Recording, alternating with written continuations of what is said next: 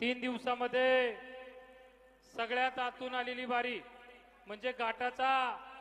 महाराजा हे बक्षीस ज्यांनी दिलं होतं प्रसिद्ध उद्योजक आणि बैलगाडा मालक किशोर शेठ गेनभाऊ दांगट आणि परिवाराकडून एक अख्खी शाईन गाडी त्या ठिकाणी आहे आणि या शाईन गाडीचे मालक ठरलेत नव्याताई हेमंत सस्ते